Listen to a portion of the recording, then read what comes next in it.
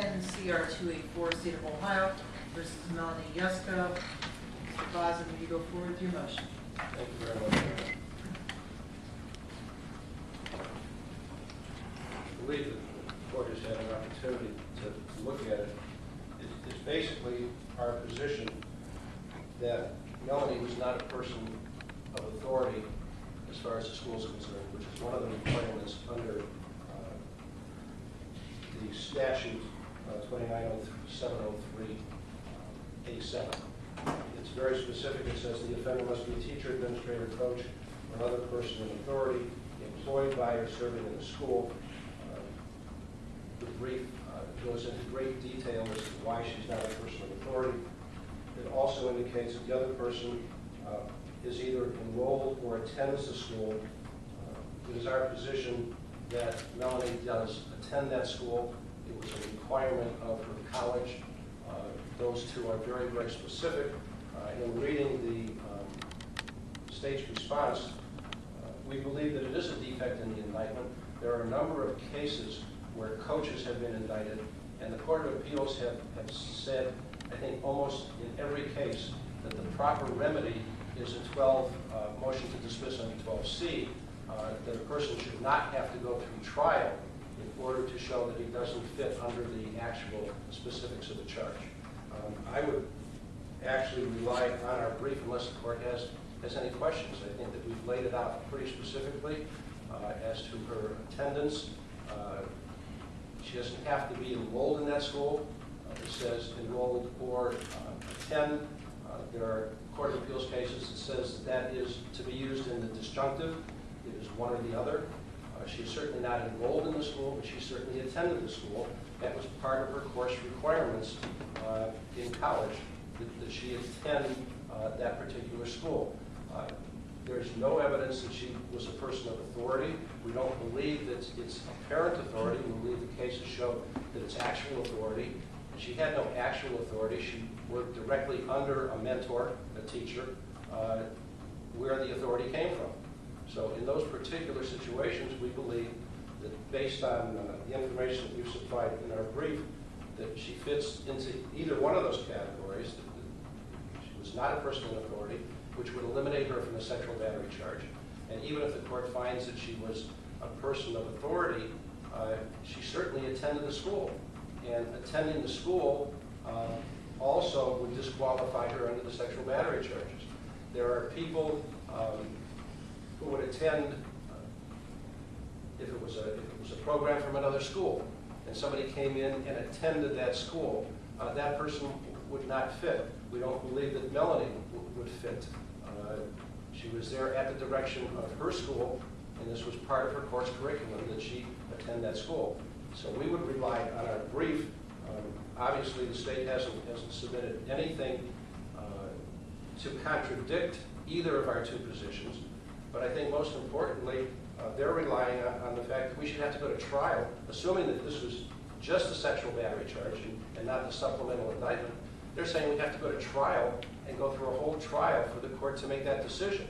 And there are a significant number of cases that say that that's not the case. The court can rely on a motion to dismiss under 12C. Thank you. Mr. Bennigan? Your Honor, first of all, let me address the procedural aspects. Is that, yes, in this case, we do have to go to trial to address the issues that he is raising in his motion. The basis of that, Your Honor, is that there is no such thing as a criminal summary judgment motion that there is in civil law. And that's basically what he's asking for, is to say that basically take all these things as true and that the law says X, Y, and Z. That we don't have that in the criminal procedures. If there's something that ought to be put in, maybe that should be put in at some point, but we don't have one currently. Based upon that, Your Honor, he's alleging not that there's a strict defect in the indictment. He's saying that on the definitions of the terms, she doesn't fit, which procedurally is only done at a trial. At the very least, the earliest it can be heard is at a criminal rule 29 motion after the state's presented its entire case. The worst case is an issue for the trier of fact to determine whether or not she fits the statutory criteria as it relates to whatever the witnesses would say that her job requirements were, what her credentials were, those kinds of things as it relates to her in-classroom behaviors. Now, at this point in time, it's it's certainly the state's position that it's a premature motion, and again, based on the procedures of criminal law, there is no way to get this matter resolved sooner. Now, secondarily to that, the state completely, while we certainly admire the creativity in trying to say that she somehow attends the high school when she's enrolled in college, she's already graduated high school and the pencil into those lines, and to say that a student teacher somehow not in any way responsible for a classroom, it certainly is creative, but it doesn't fit, Your Honor. Quite frankly, the opposite is the truth. Speaking with the faculty and staff over at Kent State, the student teacher's job is actually to take over the classroom as soon as possible. That while there certainly is a teacher in the room as a mentor of sorts, the actual day-to-day hands-on instruction is done by the student teachers. And that's, again, to be done as soon as possible. This case happened after being in the classroom for several months. And based upon the facts of this case, Your Honor, the state believes that she clearly fits in the sexual battery statute.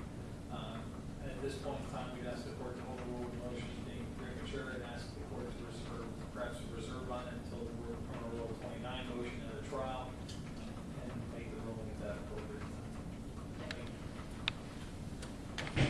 Again, it is a very unique argument that defense counsel has presented the court.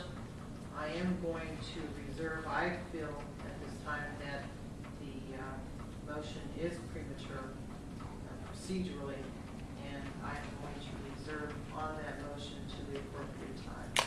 Thank you. Your Honor, Yes.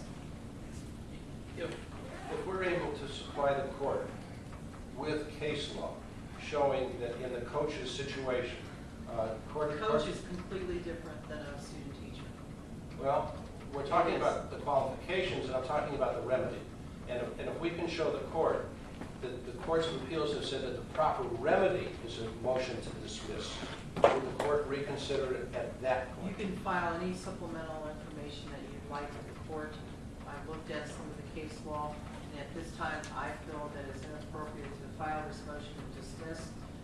It may be proper to present it at another time during the trial. And again, I think Mr. Finnegan is right procedurally on that. Regarding the tiers and what you need to look at, again, you may present that later on during the trial. Thank you very much. Thank you, Your Honor.